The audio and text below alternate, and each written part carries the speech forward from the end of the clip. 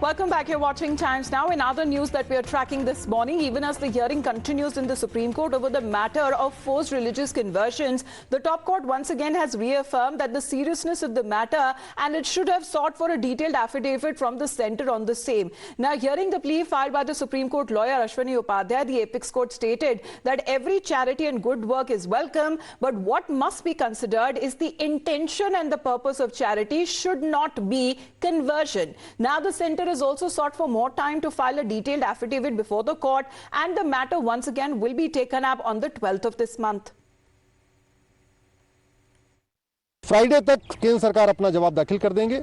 Monday को इस पे सुनवाई होगी। हमारा ये कहना है, इंडियन पिनल कोड का जो चैप्टर 15 है उसका नाम है ऑफेंस रिलेटिंग टू रिलीजन, लेकिन वो कानून पूरा ठीक नहीं है।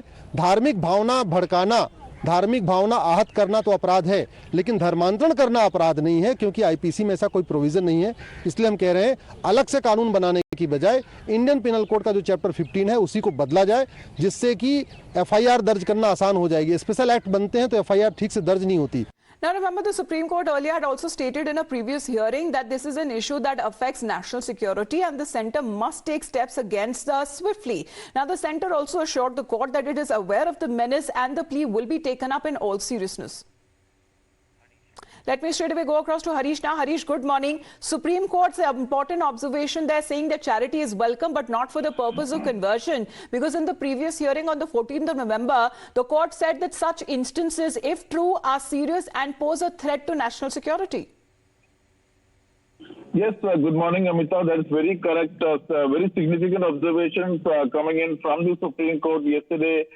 Justice M.R. Shah very clearly stating that right to freedom, which is enshrined and guaranteed by the Constitution, does not include forced religious conversion and conversion through by force, allurement, fraudulent means, coercion, threat, intimidation, or through a promise of monetary benefits. And as rightly said, the court also very clearly said that charity and good work is fine, but it cannot be for a conversion.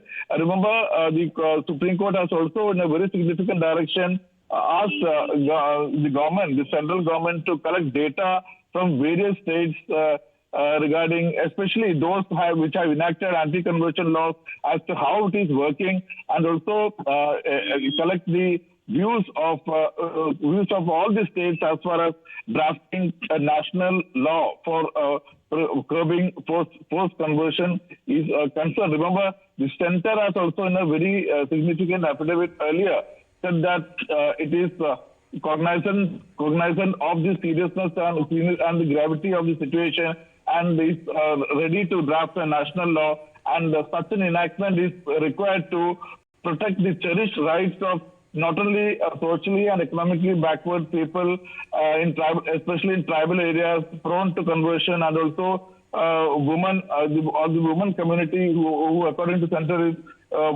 especially of backward areas are very vulnerable to forced religious conversion.